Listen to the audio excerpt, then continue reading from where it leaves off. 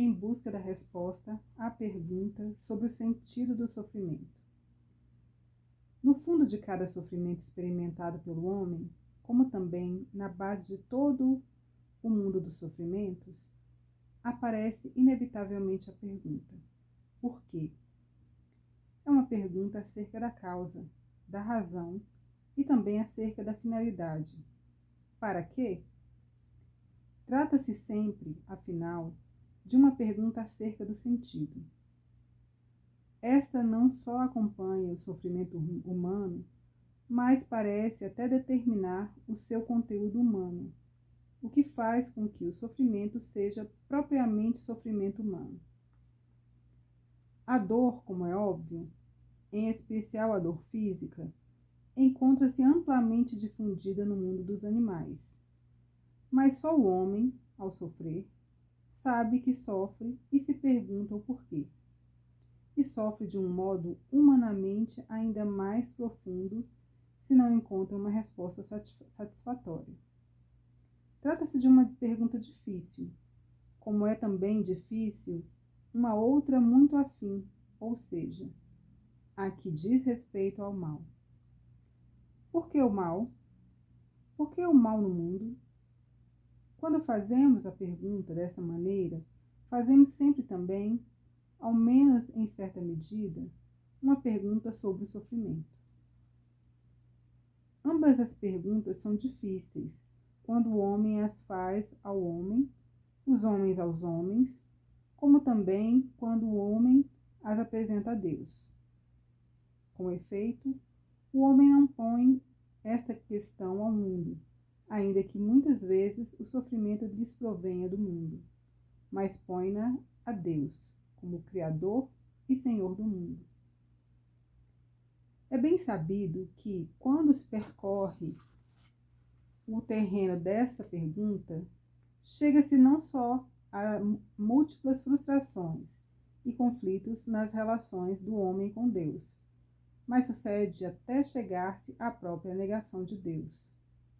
Se efetivamente a existência do mundo, como que abre o olhar da alma à existência de Deus, à sua sapiência, poder, magnificência, então o mal e o sofrimento parecem ofuscar esta imagem.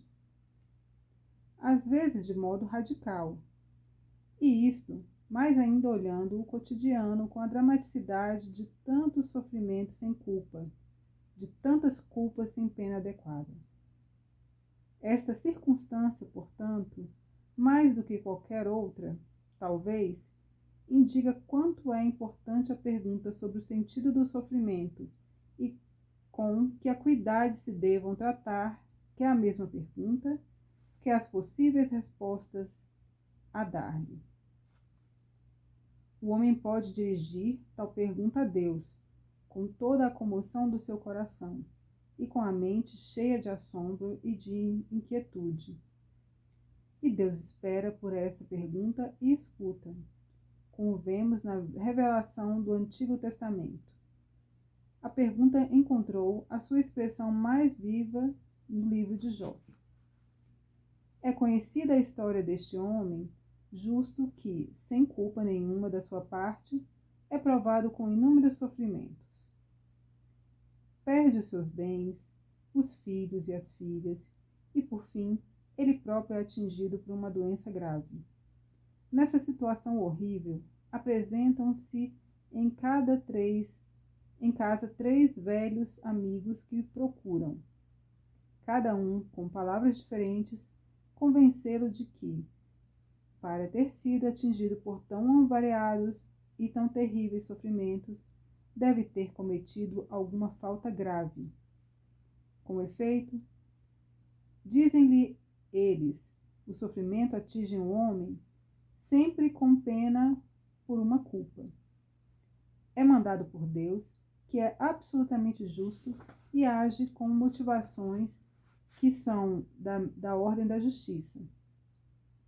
Dir-se-ia que os velhos amigos de Jó querem não só convencê-lo da justeza moral do mal, mas de algum modo procuram defender aos seus próprios olhos o sentido moral do sofrimento. Este, a seu ver, pode ter sido somente como pena pelo pecado e, portanto, exclusivamente no plano da justiça de Deus, que paga o bem com bem e o mal com mal. O ponto de referência neste caso é a doutrina expressa noutros escritos do Antigo Testamento, que nos apresentam o sofrimento como um castigo infligido por Deus pelos pecados dos homens. O Deus da revelação é legislador e juiz em plano tão elevado que nenhuma autoridade temporal o pode alcançar. O Deus da revelação, efetivamente, primeiro que tudo, é o Criador, do qual convém, juntamente com a existência, o bem que é essencial à criação. Por conseguinte, a violação consciente e livre deste bem, por parte do homem, e não só transgressão da lei, mas também ofensa ao Criador, que é o primeiro legislador. Tal transgressão tem caráter de pecado no sentido próprio, isto é, no sentido bíblico e teológico dessa palavra. Ao mal moral do pecado corresponde o castigo, que garante a ordem moral no mesmo sentido transcendente em que esta ordem foi estabelecida pela vontade do Criador e Supremo Legislador. Daqui se segue também uma das verdades fundamentais da fé religiosa, baseada igualmente na revelação, ou seja, que Deus é um juiz justo que premia o bem e castiga o mal. Vós, Senhor, sois justo em tudo o que fizestes.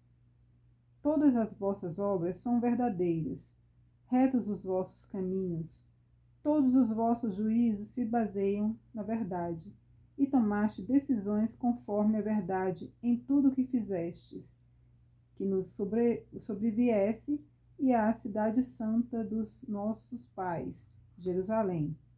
Sim, em verdade e justiça, nos infligiste todos estes castigos por causa de nossos pecados. Na opinião manifestada pelos amigos de Jó, exprime-se uma convicção que também se encontra na consciência moral da humanidade. A ordem moral objetiva exige que uma pena para a transgressão, para o pecado e para o crime. Sob este ponto de vista, o sofrimento parece como um mal justificado. A convicção daqueles que explicam o sofrimento como castigo pelo pecado apoia-se na ordem da justiça, e isso corresponde à opinião expressa por um dos amigos de Jó. Pelo que vi, aqueles que cultivam a iniquidade e os que semeiam a maldade também as colhem. Jó, no entanto, contesta a verdade do princípio, que identifica o sofrimento com o castigo do pecado, e faz isso baseando-se na própria situação pessoal. Ele, efetivamente, tem consciência de não ter merecido semelhante castigo, e, por outro lado, vai expondo o bem que praticou durante a sua vida. Por fim, o próprio Deus desaprova os amigos de Jó pelas suas acusações e reconhece que Jó não é culpado. O seu sofrimento é o de um inocente. Deve ser aceito como um mistério que o homem não está em condições de entender totalmente com a sua inteligência. O livro de Jó não abala as bases da ordem moral transcendente, fundada sobre a justiça como são propostas em toda a revelação na antiga e na nova aliança. Contudo, este livro demonstra, ao mesmo tempo, com toda a firmeza, que os princípios desta ordem não podem ser aplicados de maneira exclusiva e superficial. Se é verdade que o sofrimento tem um sentido como castigo, quando ligado à culpa, já não é verdade que todo sofrimento seja consequência da culpa e tenha caráter de castigo. A figura do justo Jó é disso prova convincente ao Antigo Testamento. A revelação, palavra do próprio Deus, põe o problema do sofrimento do homem inocente com toda a clareza. O sofrimento sem culpa. Jó não foi castigado, não havia razão para lhe ser infligida uma pena, não obstante ter sido submetido a uma duríssima prova. A introdução do livro deduz-se que Deus condescendeu com essa provação, em seguida a provocação de Satanás. Este fato impugnou diante do Senhor a justiça de Jó. Acaso teme Jó a Deus em vão? Abençoaste os seus empreendimentos, e os seus rebanhos expandem-se sobre a terra, mas estendei a vossa mão e tocai nos seus bens. Juro que vos amaldiçoará na vossa face. Se o Senhor permite que Jó seja provado com sofrimento, falo para demonstrar a sua justiça. O sofrimento tem caráter de prova. O livro de Jó não é a última palavra da revelação sobre o tema. É um anúncio, de certo modo, da paixão de Cristo. Entretanto, só por si, já é um argumento suficiente para que a resposta à pergunta sobre o sentido do sofrimento não fique ligada, sem reservas, à ordem moral baseada somente na justiça. Se tal resposta tem uma fundamental e transcendente razão e validade, ao mesmo tempo, apresentam-se não só insuficiente em casos análogos ao do sofrimento do justo Jó, mas parece, mais ainda, reduzir e empobrecer o conceito da justiça que encontramos na revelação. O livro de Jó põe, de modo perspicaz, a pergunta sobre o porquê do sofrimento e mostra também que ele atinge o inocente, mas ainda não dá a solução ao problema. No Antigo Testamento, notamos uma orientação que tende a superar o conceito segundo o qual o sofrimento teria sentido unicamente como castigo pelo pecado, ao mesmo tempo que se acentua o valor educativo da pena sofrimento. Deste modo, nos sofrimentos infligidos por Deus ao povo eleito, está contido um convite da sua misericórdia, que atinge para levar à conversão. Estes castigos não sucederam para a nossa ruína, mas são uma lição salutar para o nosso povo. Assim é afirmada a dimensão pessoal da pena. Segundo essa dimensão, a pena tem sentido não só porque serve para contrabalançar o mesmo mal objetivo da transgressão com outro mal, mas, sobretudo, porque oferece a possibilidade de reconstruir o bem no próprio sujeito de que sofre. Isto é um aspecto importantíssimo do sofrimento. Está profundamente arraigado em toda a revelação da antiga e, sobretudo, na nova aliança. O sofrimento deve servir à conversão, isto é, à reconstrução do bem no sujeito, que pode reconhecer a misericórdia divina neste chamamento à penitência. A penitência tem como finalidade superar o mal que, sob diversas formas, se encontra latente no homem, e consolidar o bem, tanto no mesmo homem, como nas relações com os outros e, sobretudo, com Deus. Mas para poder perceber a verdadeira resposta ao porquê do sofrimento, devemos voltar a nossa atenção para a revelação do amor divino, fonte última do sentido de tudo aquilo que existe. O amor é também a fonte mais rica do sentido do sofrimento, que, não obstante, permanece sempre um mistério. Estamos conscientes da insuficiência e inadequação das nossas explicações. Cristo introduz-nos no mistério e ajuda-nos a descobrir o porquê do sofrimento.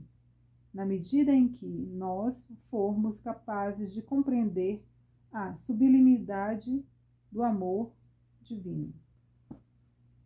Para descobrir o sentido profundo do sofrimento, seguindo a palavra de Deus revelada, é preciso abrir-se amplamente ao sujeito humano com as suas múltiplas potencialidades.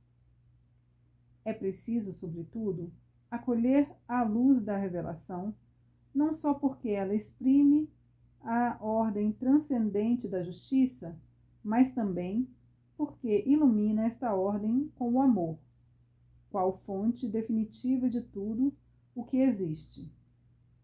O amor é ainda a fonte mais plena para a resposta à pergunta acerca do sentido do sofrimento. Esta resposta foi dada por Deus ao homem, na cruz de Jesus Cristo.